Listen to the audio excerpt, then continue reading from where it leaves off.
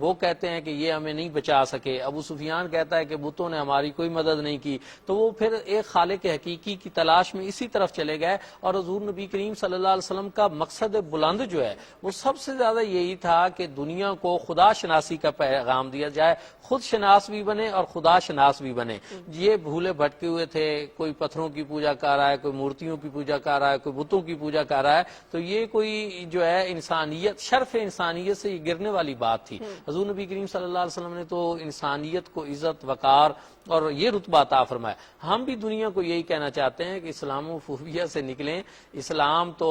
جو ہے انسانیت کے وقار کو بلند کرتا ہے، انسانیت کے. آپ دیکھیں حضور نبی کریم صلی اللہ علیہ وسلم نے جو مسلمان کی تعریف کی ہے کتنی جامع ہے کہ المسلموں من سالم المسلمون من لسانی و یادی، کہ مسلمان وہ ہے کہ جس کے ہاتھ اور زبان سے دوسرے مسلمان محفوظ رہیں. تو جو مسلمان اپنی زبان سے کسی کو تکلیف دینا پسند نہیں کرتا تو یہ کیسے ہو سکتا ہے کہ وہ کسی کو جسمانی ٹارچر کرے، وہ کسی کی جان لے لے؟ تو اسلام تو ان چیزوں کا درس قطعا نہیں دیتا. میں آؤں گی اس کے بعد اس سے جڑا ہوا خطبۃ الحجۃ الوداع ہے جو کہ انسانی حقوق کا اور کسی بھی معاشرے کے لیے جو رہنما اصول ہے ان کا سب سے بڑا چارٹر ہے. بے شک. لیکن اعتکاف جو ہے اس کا بھی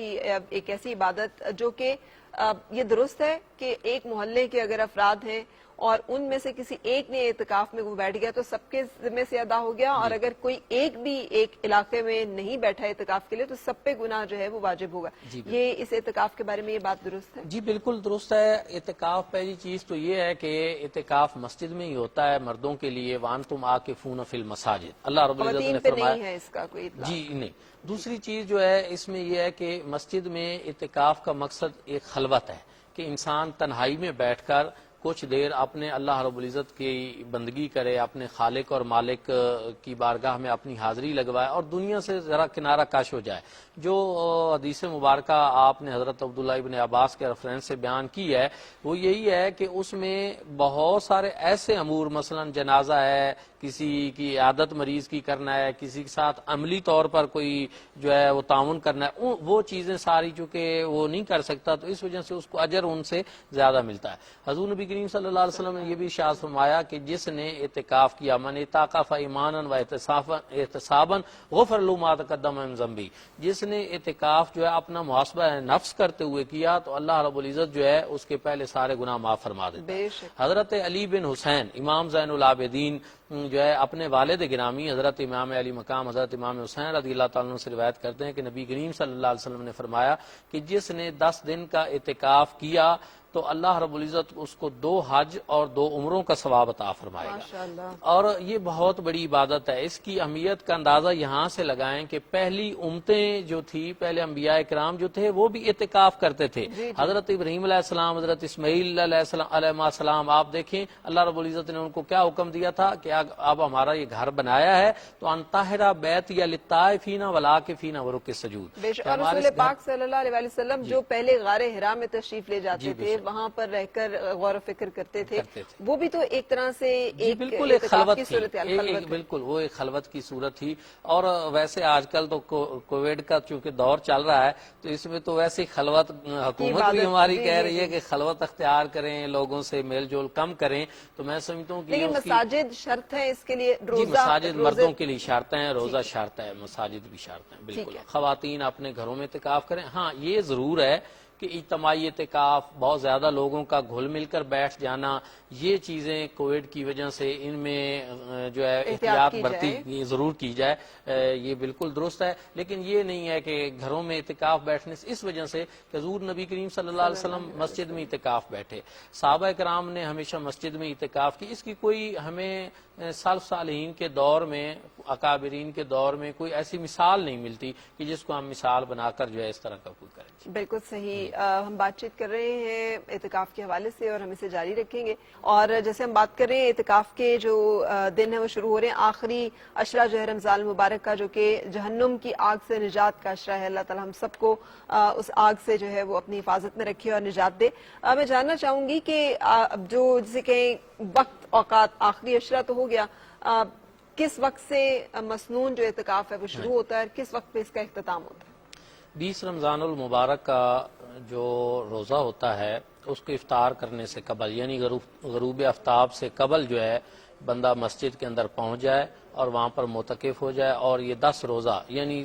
جب تک عید کا چاند طلوع نہ ہو تب تک وہ وہاں پر بیٹھے گا، اور یہ مسنون اعتکاف ہے۔ حضور نبی کریم صلی اللہ علیہ وآلہ وسلم کی ظہری حیات طیبہ میں 9 مرتبہ رمضان المبارک کے روزے آئے، اور ان میں آپ صلی اللہ علیہ وآلہ وسلم نے ایک مرتبہ صرف اعتکاف نہیں بیٹھے، ورنہ ہمیشہ اعتکاف کیا، اور آخری مرتبہ حضور نبی کریم صلی اللہ علیہ وسلم نے اپنی حیات طیبہ میں 2 مرتبہ جو ہے وہ اعتکاف کیا۔ اچھا 20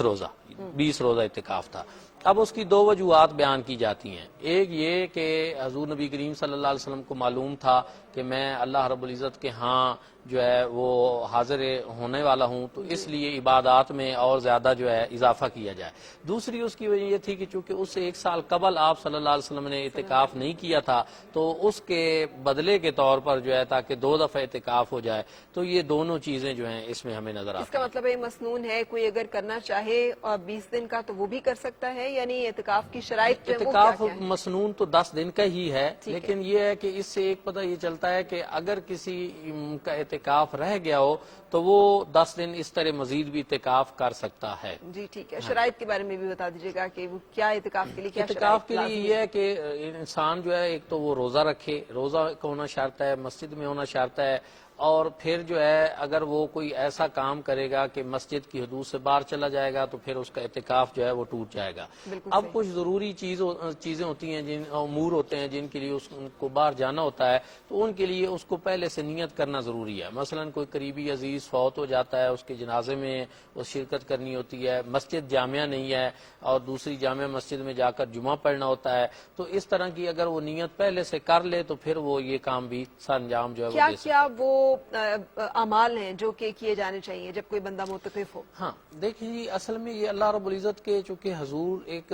خاص مقصد کے لیے بندہ بیٹھتا ہے کہ میں اپنے خالق اور مالک کو راضی کر لوں، تو انسان کو ہر وہ عمل جو اللہ رب العزت کی رضا کا سبب ہو، اس میں راتوں کو بیداری، چونکہ یہ آخری عشرے میں ہوتا ہے اور شب قدر بھی آخری طاق راتوں میں ہوتی ہے، تو پھر اس کا ایک فائدہ یہ ہوتا ہے کہ انسان وہ طاق راتیں جو ہے وہ بیدار ہو کر جو ہے عبادت میں گزار لیتا ہے، اور ممکن ہے کہ اس کو شب قدر بھی اس طرح نصیب ہو جائے۔ تو قرآن پاک کی تلاوت، نمازیں، قرآن پاک کی تلاوت، نماز اور تذکیر، تانیث ہے نا، اس طرح کی بالکل، اور ظاہر ہے کہ ایک تو جو بندہ اعتکاف کی حالت میں اگر بالفرض رات کو سو بھی جاتا ہے تب بھی وہ ایک عبادت میں ہے، صبح نماز با جماعت پڑھ لیتا ہے پھر بھی عبادت میں ہے، جتنے امور وہ وہاں پہ رہ کر کرے گا تو وہ سارے عبادت۔ ہاں اس میں یہ ہے کہ اس کے آداب ہیں، انسان کو چاہیے کہ انسان فضول قسم کی مشغولیات جو ہیں ان سے اپنے آپ کو دور رکھے، اور موبائل بھی تو نہیں لے کے جانا ہوگا نا نہیں، بالکل یہ آداب کے خلاف آج کل تو ہے۔ لوگ موبائل نہیں چھوڑتے ہیں کسی بھی جگہ پہ، لیکن اعتکاف کا مطلب یہ ہے کہ اپنے رب کو راضی کرنے کے لیے ہر چیز سے کٹ کر الگ ہو کے پوری توجہ جو ہے اس کے پوری ارتکاز توجہ کے ساتھ آپ نے عہد میں ہندا کے کہنے پر وحشی نے شہید کیا، اور صرف شہید نہیں کیا بلکہ ہندا نے کلیجہ جو ہے چبایا، اور اتنی زیادہ اذیت رسول پاک صلی اللہ علیہ وسلم کو ذہنی اور اس کے ساتھ ساتھ جو جذباتی طور پہ پہنچی، اس کے باوجود معافی کا اعلان جو ہے وہ کیا، نہ وحشی کو کوئی سزا دی گئی نہ ہندا کو کوئی سزا دی گئی، صرف اتنا کہا گیا کہ میرے سامنے نہ ہو کہ اس سے میری جو ہے دل آزاری ہوتی ہے۔ سو اپنے بدترین دشمنوں کے ساتھ آپ صلی اللہ علیہ وسلم کا رویہ، اور ان لوگوں کے ساتھ جو کہ کفر پہ شرک پہ اس درجہ انہوں نے ستایا مسلمانوں کو کہ ہجرت پہ مجبور ہو گئے، ان کے ساتھ عام معافی اور انہیں آزاد کر دینا رسول پاک صلی اللہ علیہ وسلم کی زندگی کی وہ خوبصورت رخ اور نمونہ ہے جس پہ اللہ تعالیٰ ہمیں عمل پیرا ہونے کی توفیق عطا فرمائے۔ اور اس کے ساتھ ساتھ چونکہ آخری 10 روزہ مسنون سنت موقدہ علی الکفایہ جو اعتکاف کی سنت ہے، جو لوگ اسے ادا کریں دعاؤں میں ہمیں بھی ضرور یاد رکھیے گا۔ آپ سے اجازت لیں گے انشاءاللہ کل تک کے لیے۔